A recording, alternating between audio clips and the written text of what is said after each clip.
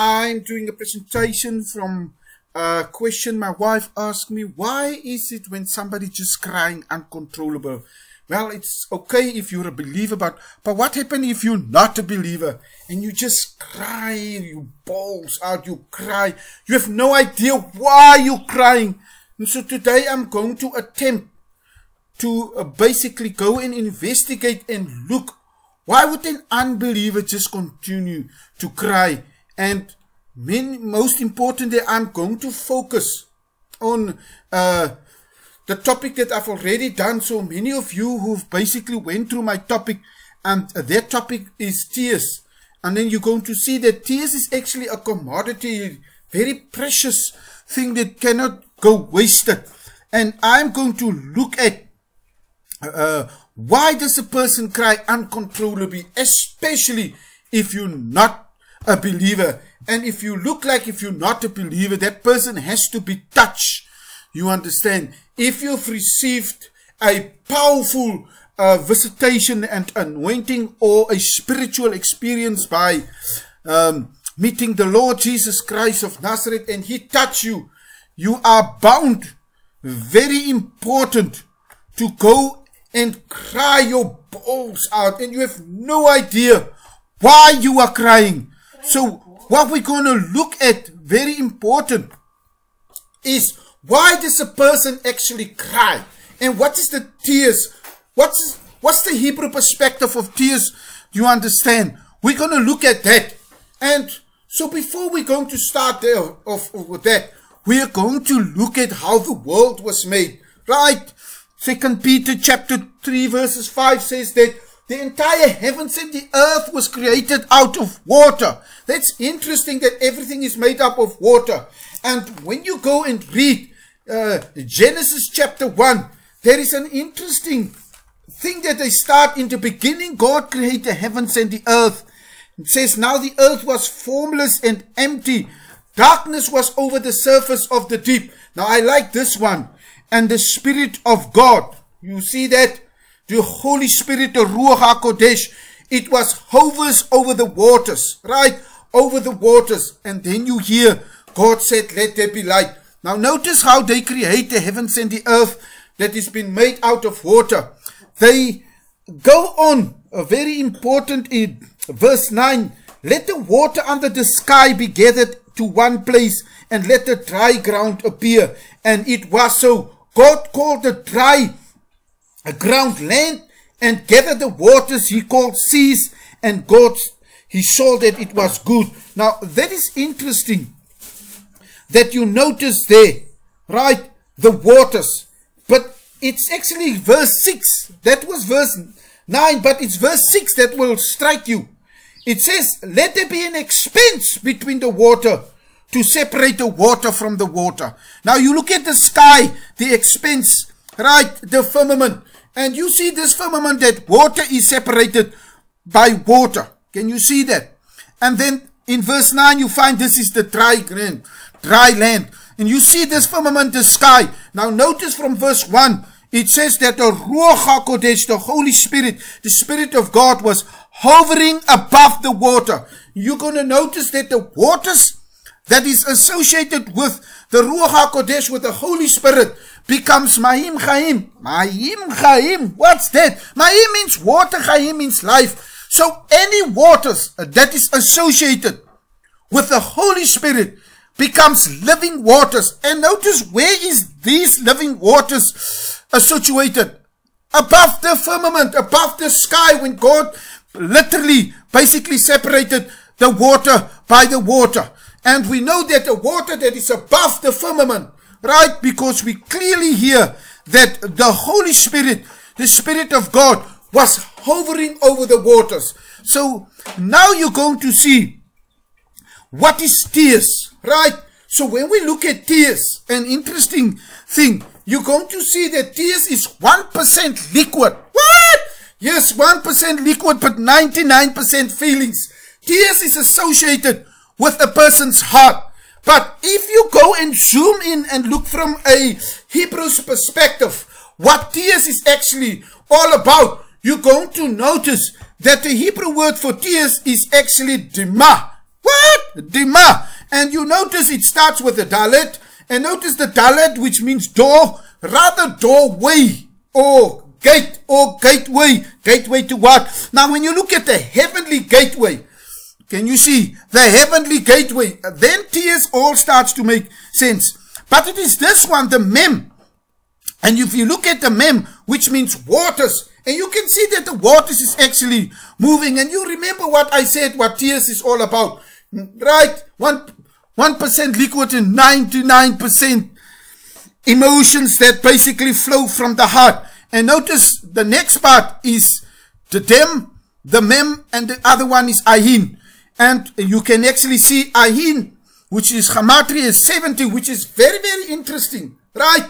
Because it actually becomes self-explanatory. You have a door. You open the door and you let waters come out of the door. Out of the door of which organ? Of the eye. And that basically is tears. And that is exactly what tears is all about. But we're going to connect the tears with Mayim Chaim. With Mayim Chaim, with living waters. Because we know, right, that the Ruach HaKodesh hovers over the waters. Over which waters? Over the waters of the sky, above the firmament. If you can come in contact with this, where the Holy Spirit is literally hovering over the waters, then you will become in contact with the living waters, because this is where the Ruach HaKodesh actually resides.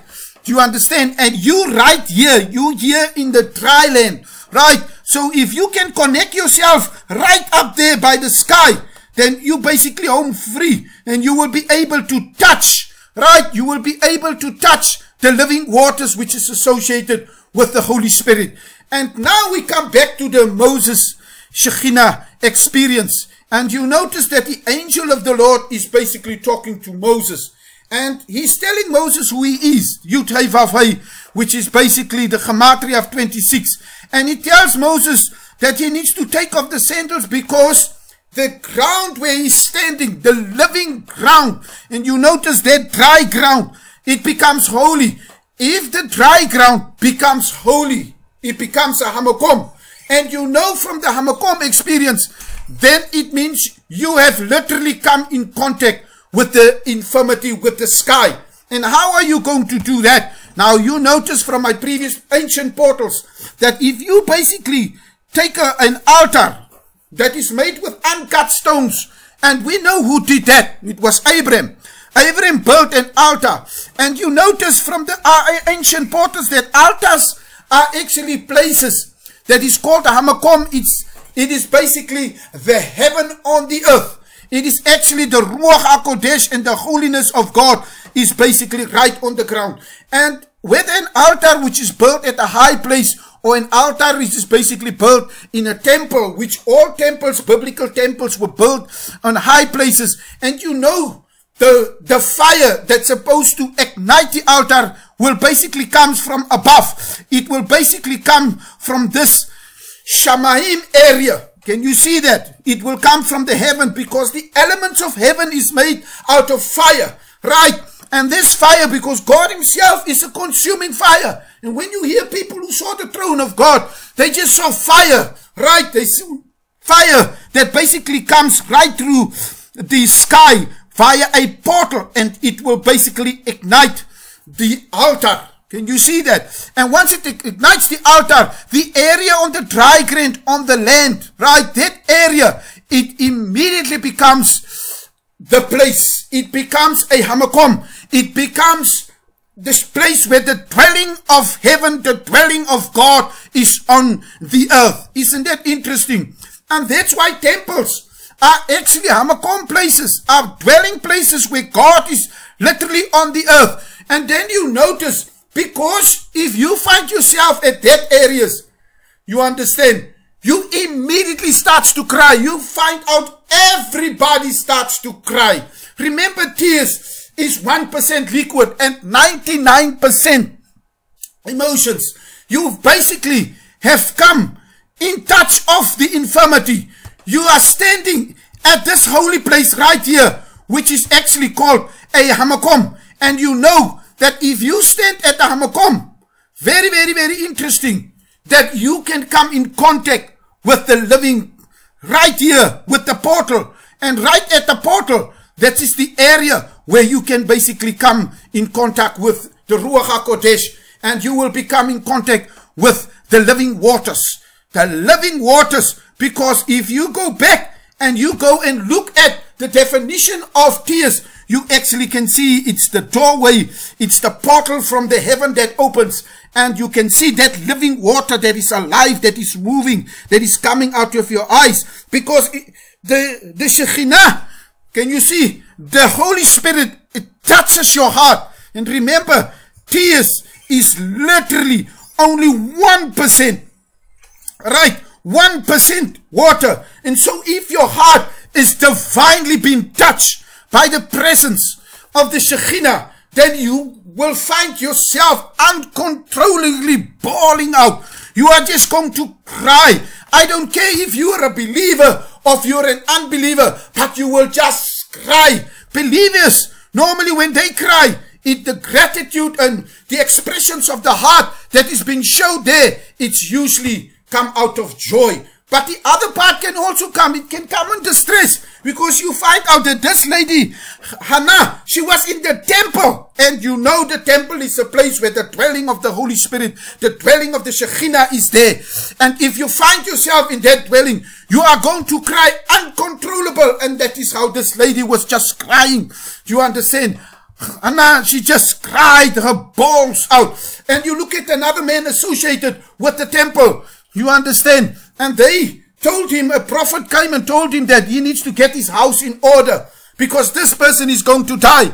And then you know who that is. It was King Hezekiah. Hezekiah turned his face towards the wall. And you know what happened? Hezekiah, the wall of what? The wall of the temple. And if you turn your face to the wall of the temple, you know what is in the temple? Yes, the Shekhinah. If it's a Shekhinah that comes through a portal, it's above the portal. It is literally, it is the Ruach HaKodesh, the Holy Spirit. Because remember, above the firmament, the sky, the Holy Spirit is hovering above the waters, and that waters can't be normal waters. It now becomes living waters. And so you are now divinely touched by the Holy Spirit. What? Exactly. Once your heart is divinely being connected with the Ruach HaKodesh, we know the gateway, the door, the door of your eyes are beginning to start to open, right?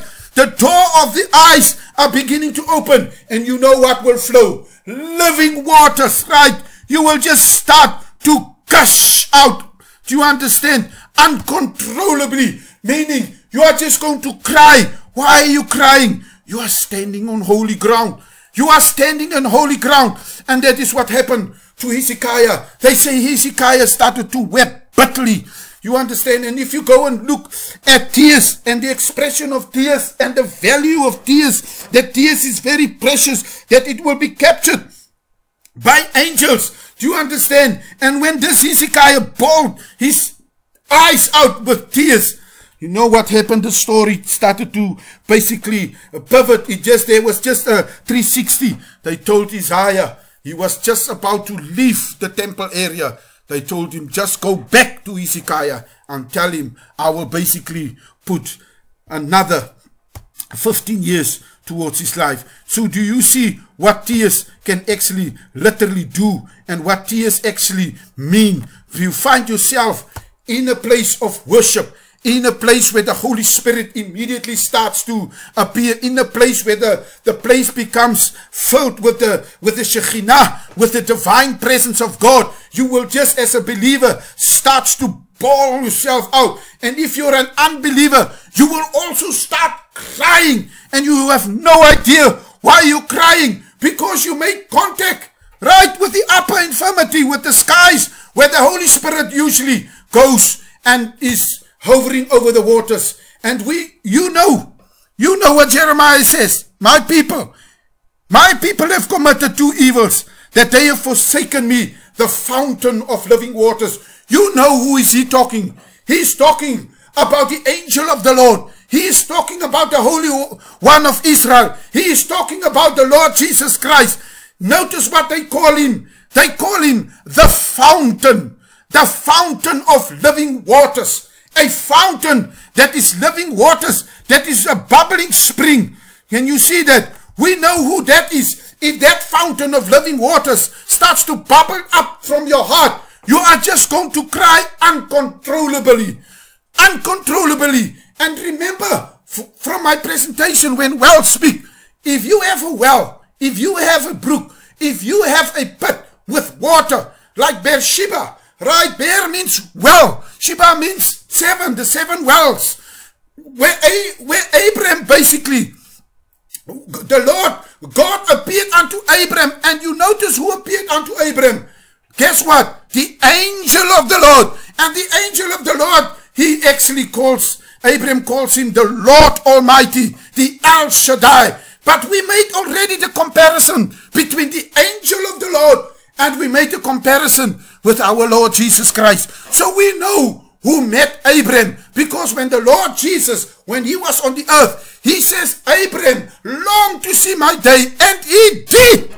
And they told him, but you're not even 50 years and you've met Abraham. And now he tells the Pharisee community, he told them, before Abraham was born, I am. And that is exactly what the angel of the Lord told Moses. He said, I am who I am. And they clearly understood. They pick up stones and they wanted to stone him. And they said, and he asked them, what reason do you want to stone me? He says, we are not stoning you because of the miracles you perform. We will stone you because you, a mere human being, you are claiming to be God. And so you know that when you see an altar and you actually see a well, and an altar and a well that is actually put together, and you've just seen now that if an altar is literally placed at a well, right, and you can see the dry ground that is basically on the earth, which is actually connected to the upper infirmity. When you see an altar and a well, which is basically situated, you understand, the well situated next to the altar, then you know that that area becomes a hamakom. That area becomes a holy place. That area is connected because the fire needs to come through the heavens and ignite. Very important, the altar.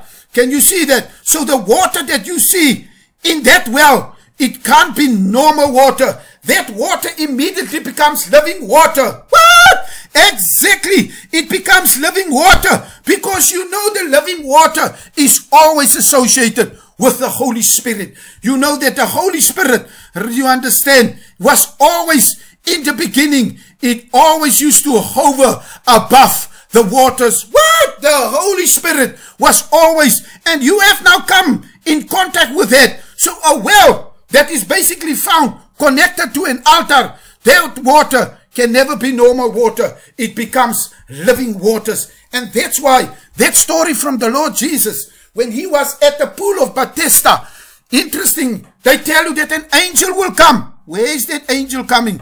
That angel is actually coming right from above.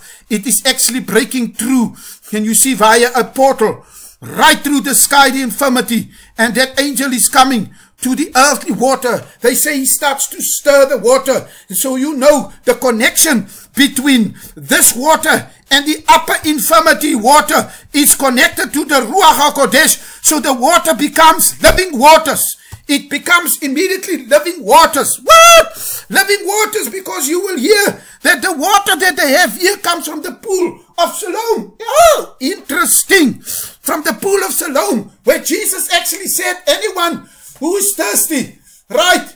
The Lord is saying that streams of living water will basically flow from his belly. And it is the waters that is basically connected, where an angel stirs up. That becomes immediately not normal water, but it will become living water. Living water. That's why if you look at an altar, and the place at an altar is in Hamakom, that's why the Mashiach is a Hamakom. Mashiach is a Hamakom. When Paul says, what's a Hamakom? Is the dwelling of God on the earth. Well, Paul writes into the book of Colossians, he says that clearly the fullness of the Godhead dwell in him in a bodily form. What? That's interesting, because remember that if you find yourself at an altar, right, and an altar and it is connected with fire from the top, then that place becomes a hamakom. Well, Mashiach is definitely a hamakom. Why? Because if you look at Golgotha, which is the place of the skull, the place of whose skull? The place of Goliath's skull, right? Golgotha is actually an altar. An altar. Because what do you put on an altar? A korban, a sacrifice, an offering. And you know, right? You know, Paul writes to Corinthians 5, chapter 7, and he says that the Lord is the perfect Passover lamb, the perfect sacrifice. As John the Baptist said, look, there is the Lamb of God that will take away the sins of this world.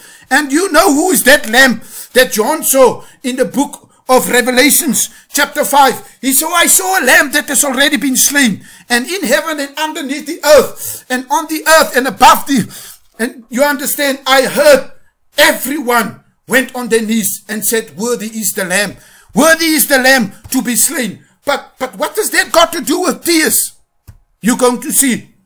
Because remember the upper infirmity where the Holy Spirit is, and you find yourself at a portal with portal water. The Mashiach said it clearly.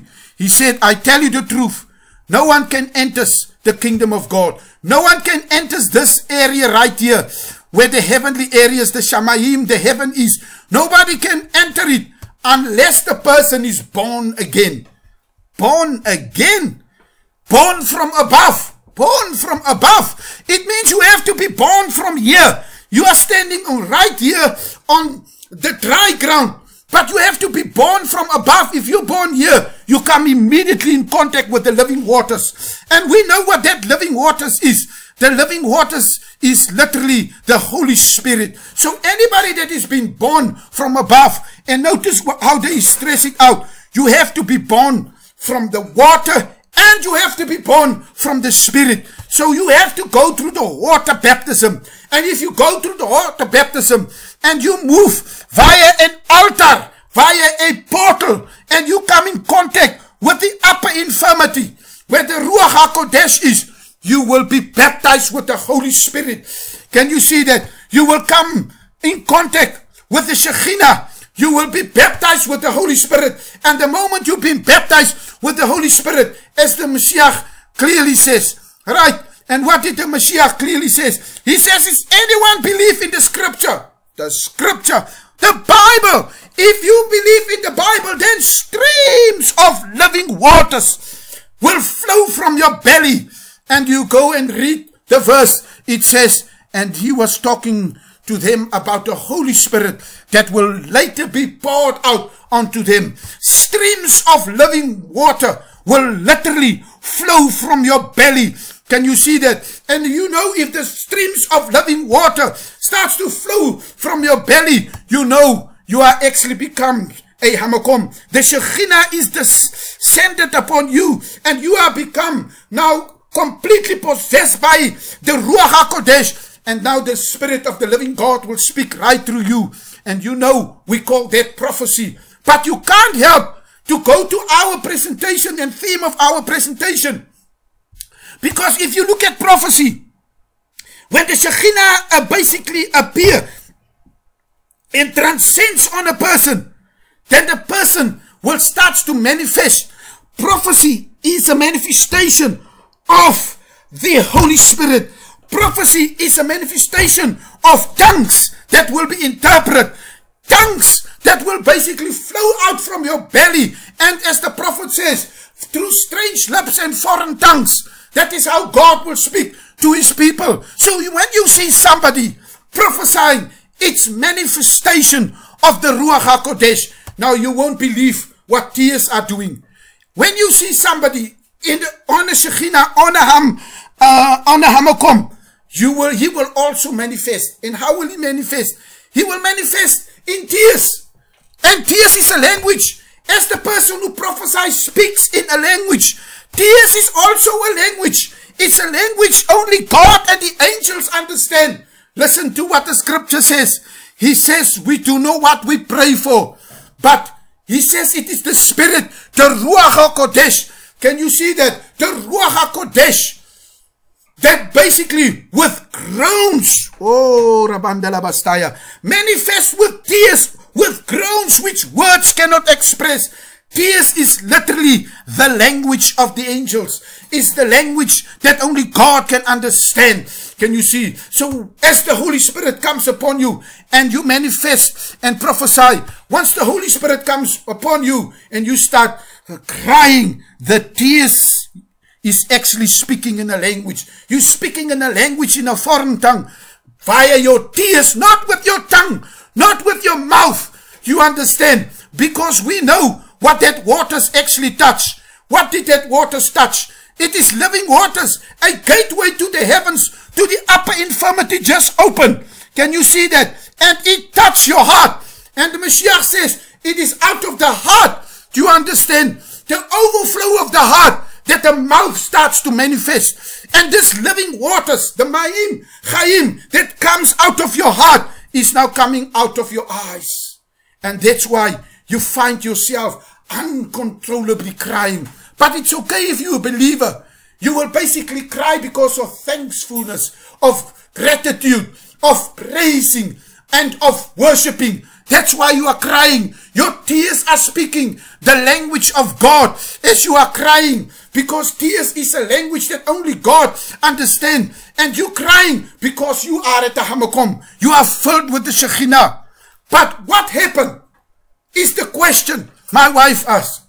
If an unbeliever suddenly finds himself for 3 days, 4 days straight away just cry. He's an unbeliever. He doesn't know why he's crying. And you understand, he just continues to balls out. And he cries and he cries and he cries. Now I can actually, from my experience, tell you what is happening to you. What is happening to you?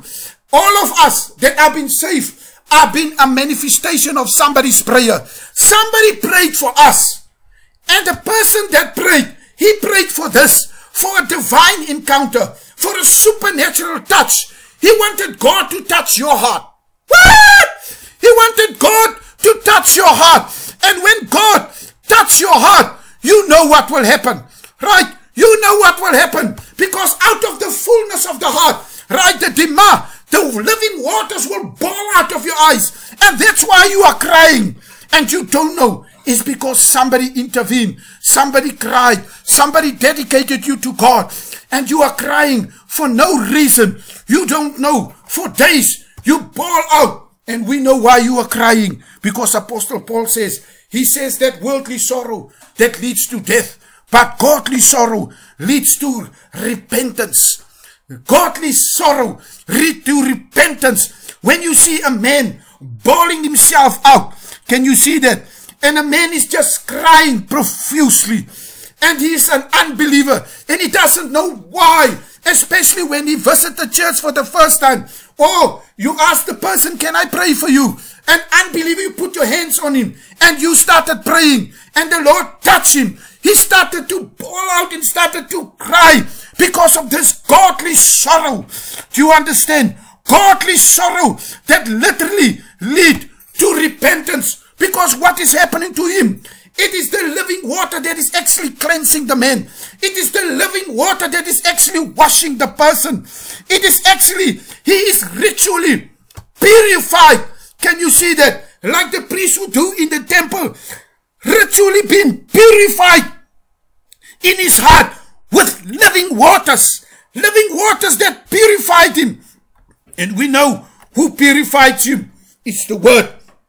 It's the word of God. Can you see that? It's the word of God that the man says, wash me with the word of God. Sanctify me, cleanse me by the washing of your word. The word that becomes now a fountain of living waters. The word of God, as the Mashiach said, streams of living waters will start to flow. You understand? You have been truly sanctified. That is why you are crying so profusely. Can you see that? And tears is a commodity, is precious, because the angels will come and collect that tears of repentance, of sorrow, while you actually are crying. Can you see that? And if you're a believer and you're going through all trials and tribulations, and it makes you just cry like no other reason, I want to encourage you, continue to cry. Continue to cry. If you are mourning, the other day, the Lord was talking to me about mourning. And he told me, right, that when Jacob died, the people mourn. They literally mourn for Jacob for 7 days. When Moses died, they literally mourn for him for 30 days. Mourning is a mundane, it's a natural event. You cannot escape it. Do not become apologetic. Do not feel embarrassed because of you that you need to cry. Because all of us will die. All of us will basically face death. And God has basically made provision. It's called mourning. Because the moment you start crying, it's the start of healing. The start of psychological healing. You need to cry. If you go through tribulations, go and cry. Because clearly, the Bible says God will wipe away every tear from your eye. And you can see that from my tears presentation, that you are going to sow in sadness, but you're going to reap in joy. And weeping may endure at night, but joy comes in the morning. So those who sow in tears, they will definitely, one day, they will reap songs of joy. Which means, as that song goes, it wasn't easy, but it was worthy. That the day you find yourself die, and you come out of your body, and the Holy Spirit and the angels, and they are basically guiding you on this path, and you meet somebody at the gate, the one that died for you, that said, Father, forgive them, for they don't know what they are doing. The one that basically, the greater love is there no one that he that gives his life for you. The one that stands right at the gate and tell you, well done, my faithful servant. Once you meet him, all those tears that you've sowed, all those tears that you bawled yourself out, all those tears, God will wipe away all your tears. Like it wasn't easy, but it was worthy. When he tells you to go through the portal, because you have to go through the upper infirmity, through the sky, you need to go now through the Shamayim, you need to go now to his presence, because the heavens are filled with his presence. I like what Solomon says. Your spirit cannot be contained in a place, because he built a temple. He says, heaven is your throne. Nobody can take your spirit there. So if you go right through the upper infirmity and you enter this place, I was there. I can clearly explain to you. The only way I can explain it, in his presence there is fullness of joy. You're going to experience liquid love, liquid joy, liquid peace, mixed with tranquility.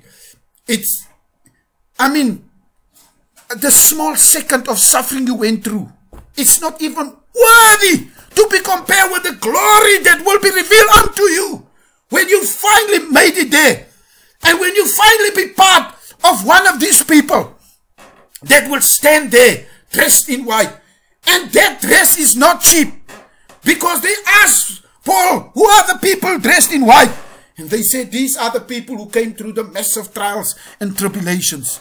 So, my encouragement, as the end times is coming and the days are becoming more evil and darker, lift up your head, lift up your eyes, and see that your redemption is drawing nearer. It won't be long. It won't be long. Then we will find ourselves sitting, as the Mashiach says, we will be sitting, coming from the north and the west, and dining with Abraham and Isaac and Jacob and the 12 tribes. And he told the Pharisee community, but you yourself, you will find yourself on the outside. So it is worthy to go through the trials. If you find yourself crying, for no other reason, do not be ashamed. Tears is a commodity. Do not be ashamed for crying. Do you understand? Because the Mashiach has just touched your heart. He touched you, so that out of your belly, out of your heart, rivers of living water now flows out. And remember, God will wipe away all the tears of your heart. God bless you with the